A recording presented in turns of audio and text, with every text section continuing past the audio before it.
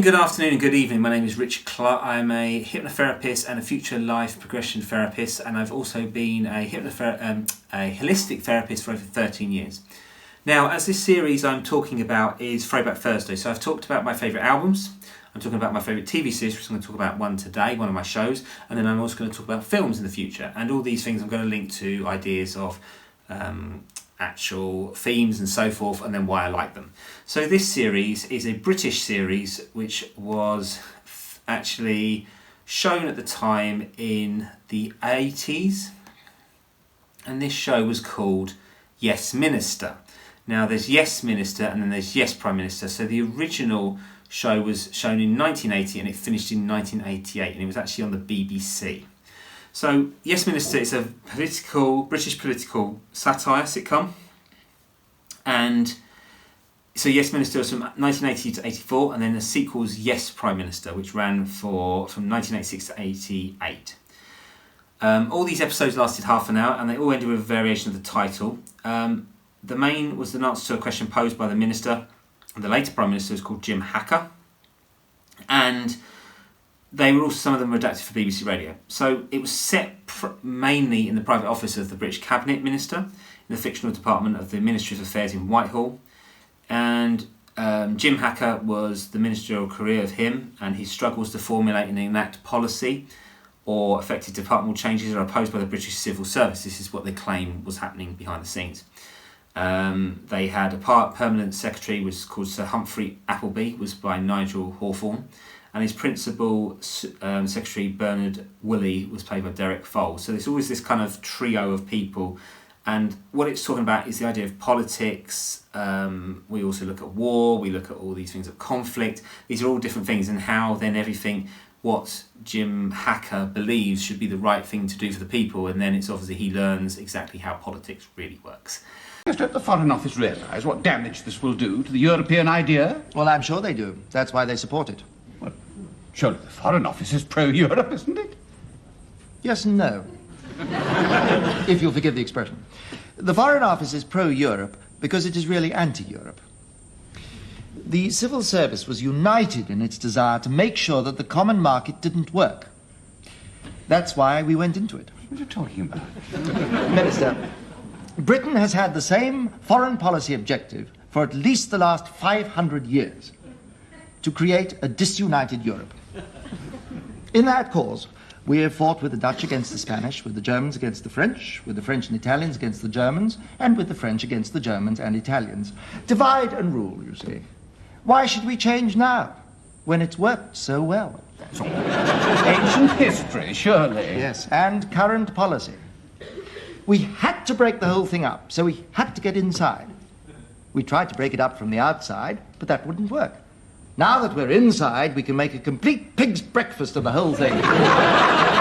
Set the Germans against the French against the Italians against the Dutch. The Foreign Office is terribly pleased. It's just like old times. Surely we're all committed to the European ideal. Really, Minister? If not, why are we pressing for an increase in the membership? Well, for the same reason. It's just like the United Nations, in fact. The more members it has, the more arguments it can stir up, the more futile and impotent it becomes. What appalling cynicism. Yes. We call it diplomacy, Minister.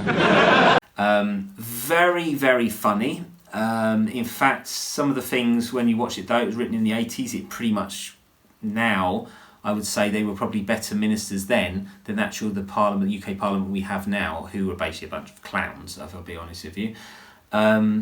The one thing is, it never talks about where the affiliation is, but you have a rough idea that it could be Conservative, you're just not too sure.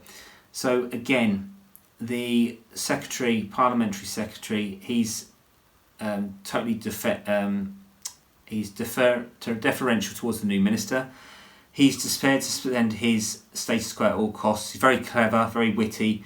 Also, he's very much opposed to the civil service interest and budgets and cuts, and he also he doesn't like the idea of pay increases or promotions. He very much wants things to stay the same. Many of the episodes revolve around proposals backed by Hacker but frustrated by Appleby, who uses a range of clever strategies to defeat them. And all the series revolves around the workings of the inner government Most scenes take place in private locations and sometimes in members' clubs. And the one thing is with all of this is you start learning about how politics can work. The people who wrote this were very smart, because what they were trying to do was show how, as much as the idea of people going into politics is diplomatic and so forth, the righteous and good ethics is that once you get in there, it's all run by a bunch of suits. And this is the American government, any government. So, this is not really just... I don't think I've ever seen a show as good as this. I think Veep does it and The West Wing does it in America, but it's very much... It takes itself too serious, whereas actually Yesminister sort of it's very tongue-in-cheek, which is why I think it works really well. And the one thing is, actually, Huckabee, the Prime Minister, he's so worried about what the press say that that's how they use it against him. So he's kind of... there's a lot of things about the manipulation, how that's done, and then also it always leads to the fact is that the Prime Minister always thinks he's getting his way, but he doesn't. He always seems to lose out. And this is the thing also, there's this, because between the trio, you've got this kind of the private secretary, and then you've got this Bernard Woolley, he's also split between the minister and the civil service boss, so it's always these kind of trio of people.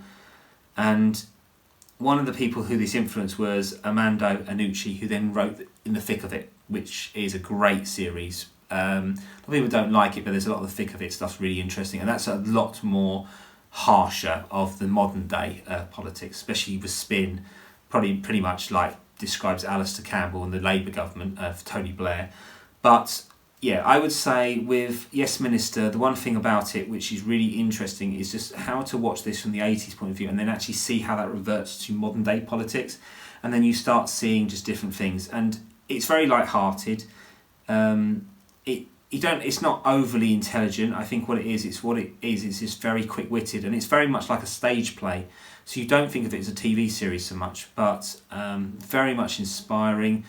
I just always found that it's funny when I was a kid to watch it, to understand politics, and I sort of watched it when the 90s, because I used to repeat a lot of it as well, and they had videotapes of it, so I used to watch it as a kid to see it, and just learn about politics, which wasn't such an easy subject to learn when you were younger. And basically when you're working class, you're not really taught politics. Basically if you're working class, you're taught you have to like Labour, not Conservative, and there's all these different things, but there's, you start learning about how politics is really just run by the civil service and all these, people in offices and white, suits. That's really how it is. So, yeah, highly recommended.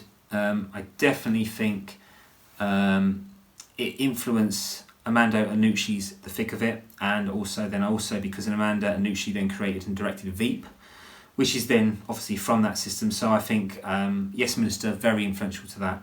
And I'd highly recommend it. If you watch that and then watch The Thick of It, you can kind of see where the 80s feel of it is, then going into the 90s with The Thick of It and maybe early 2000s, and then seeing probably Veep, and you can still feel that, the element of that. Anyway, hope you enjoy it.